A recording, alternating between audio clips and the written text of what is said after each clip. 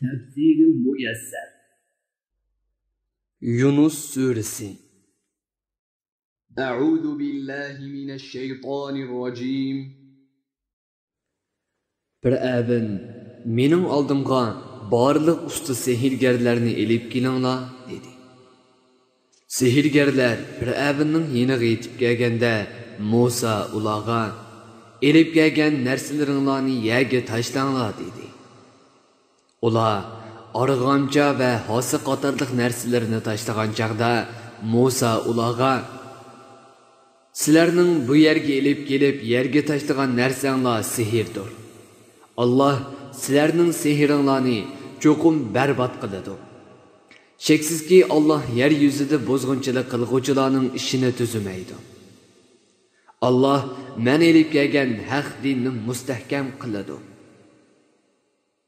Bir avin tavalarining gunohkorlari qanchalik yomon ko'rsimi, uni sizlarning dininglardan ustun qiladi. Musa alayhissalom shunchalik ko'p mo'jizalarni ko'rsatgan bo'lsa-mu, uningga o'z qavmi bo'lgan Isroil avlodining oz bir qismi Fir'avn va uning qavmining katta boshlarining qattiq qiynash orqali dindan yondirib etishidan qo'rqib turib iymon etdi. Fir'avn bo'lsa yer yuzida haddidan oshgan zolim hukmdor bo'lib, u kofirlikda va buzg'unchilikda haqiqatan chekidan oshgan edi. Musa: "Ey qavmim, agar Allohga iymon etgan bo'lsanglar, uningga ishonch qilinglar va ishinglarning oqibatini uningga topshiringlar. Agar Allohga itoat qiladigan bo'lsa, uningga tayninglar." dedi. Musaning qavmi mundaq dedi: "Biz Allohga tayandik, ishimizning oqibatini uningga topshirdik. Ey Rabbimiz, zolim qavmni bizning ustimizdan g'alaba qilish imkoniyatiga ega qilmagin. Agar undaq qilsang, bizning dindan yenib ketishimizga yoki kofirlarning agar ularning dini haq bo'lsa edi, bizga yengilmagan bo'ladi deyishiga sababchi bo'lib qoladi. Rahmating bilan bizni Fir'avn va uning katta boshlaridan iborat kofir qavmdan qutqizgin. Chunki ular Isroil avlodini ig'ir emgaklarga salatdi. Biz Musaga va uning qarindoshi Harunga qavminglarning panohlanishi uchun Misrda uylarni yasanglar. Uylaringlarda namoz o'qiydigan joylarni qilinglar. Farz namozlarni o'z vaqtida o'qinglar. Ey Musa, Allohga itoat qiladigan mu'minlarga bu dunyodagi g'alaba va oxiratdagi mukofot bilan xush xabar bergin deb vahiy qildik. Musa aytdi: "Ey Rabbimiz, sen Fir'avnga va uning qavmining katta boshlariga dunyoning ne'matlarini ato qilding.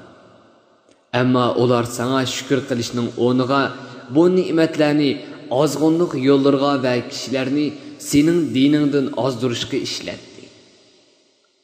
Ey Rabbimiz, ularning mol dunyosini vayron qilib etgin. Foydalanmaydigan qilib etgin. Ularning dillarini iymonga echilmaydigan shaklda pechatlab etgin. Shuning bilan ular iymon etmay dardlik azobni ko'rsin." Allah ularga aytdi: "İkkinlarning Fir'avnni, uning tavalarini va mol dunyosini halok qilib etishni tilab qilgan duoyinglar ijobat bo'ldi. Dininglardan mustahkam bo'lib, da'vatinglarni davomlashtiringlar. Mening so'zlarimning haqiqatini bilmaydigan nodonlarning yo'liga ergashmanglar. Biz Isroil avlodi uchun dengizni yerib berdik. Shuning bilan ular dengizdan o'tib ketdi.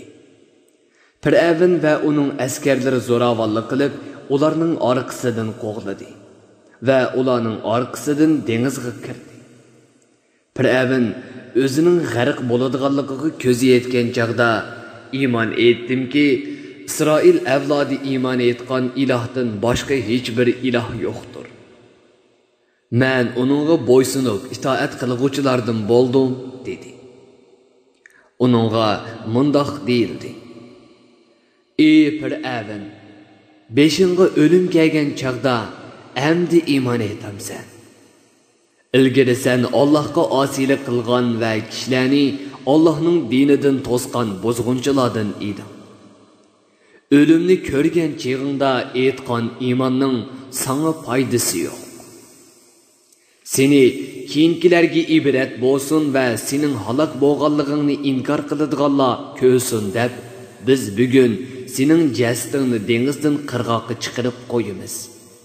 Sheksizki, nurg'un kishilar bizning oyatlarimizdan va dalil pokitlarimizdan g'ofildir. Ular bu vaqtda izlanmaydi va tafakkur qilmaydi. Sheksizki, biz Isroil avlodini Sham va Misr zaminlarida yaxshi joylarga o'rinlashtirdik. Ularni muborak zaminning halol rizqlari bilan rizqlantirdik. Ular o'zlariga birlashishning zarurligi to'g'risidagi ilm kelgandan keyinla din ishida ixtiloflashdi. Oxir zamon payg'ambari Muhammad alayhissalom haqida kelgan Tavrat bishoratlarimi ular ixtiloflashgan masalalarning biridir. Ey payg'ambar, Rabbing qiyomat kuni ularning orasida albatta hukm chiqaradi va sen to'g'riliq qilishgan ixtilofni bartaraf qilib, inkorchilarni do'zaxga, mu'minlarni jannatga kirgizadi. Ey payg'ambar, agar sen biz bergan xabarlardan sheklansang, biz sana Qur'onni nozil qilishdan ilgari nozil qilgan Tavrat va Injil qatorliq kitoblarda o'qigan kishilardan so'rab boqqin. Chunki bu xabarlar ularning kitoblarida bor. Shubhisizki, sana sening Alloh tarafidan avatilgan haq payg'ambar ekanliging to'g'risida sheksiz haqiqat keldi. Ashu Yahudilar bilan Xristianlar buni obdan biladi va kitoblardan buni o'qiydi. Ammo ular bu haqiqatni inkor qiladi. Sen hargiz bu haqiqatga shak keltirguchilardan bo'lmagan. Ey payg'ambar, sen hargiz Allohning oyatlarini va dalil pokitlarini inkor qiluvchilardan bo'lmagan. Agar undaq bo'lsang, yaxshi amallari bekor bo'lib ketganlikdan Allohning azobiga tegishlik bo'lib kelib ziyon tortquchilardan bo'lib qolasan. Shubhisizki, Rabbingning rahmatidan yiroq qilinib azobga tegishlik bo'lganlarga butun mo'jizlar ko'rsatilgan va ibratlik va nasihatlar anlatilgan taqdirdami, ular qattiq azobni ko'migicha iymon etmaydi. Ularning azobni ko'rganda aytgan iymonining ularga qilchi foydasi bo'lmaydi. Halok bo'lgan shahar aholisi ishida Yunusning qavmidan boshqasiga azobning kelganligini ko'rib aytgan iymonning foydasi bo'lgani yo'q. Yunus qavmi o'zlariga azobning tushadiganligiga jazm qilib, Allohga samimiy tavba qilib edi. Allah ularning samimiy tavbasini qabul qildi va ularni halok qilvatgili oz qolgan azobni ko'taribdi va ularni ajri to'shqan qadar hayotlikdan bahramand bo'lishga qo'yib berdi. Ey payg'ambar, Rabbing yer yuzidagi kishilarning hammasining iymon etishini iroda qilgan bo'lsa edi, albatta ularning hammasi sen elib kelgan dinga iymon keltirgan bo'ladi. Lekin Allohning hikmati shuni taqozo qilgan. Alloh o'z hikmatiga asosan xohlagan bandasini hidoyat qiladi. Xohlagan bandasini ozg'unligida qoldirdi. Sen kishilarni iymon etishga majburlayolmaysan. Tafsiri muyassar. Bir guruhi ulamolar nashrga tayyorlagan. Tarjima qilguvchi Muhammad Yusuf Muhammad Tursun. Muharrir Abdurrahim Dövlet. Korrektor Abdulaziz Aqhun. 2020 yanvar 1 nashri. Teklimakan Uyg'ur nashriyoti tarafidan nashr qilingan. Mikrofon oldida İmran Abdug'ani Sadai. Bu asar avlod detallarida tarqitildi.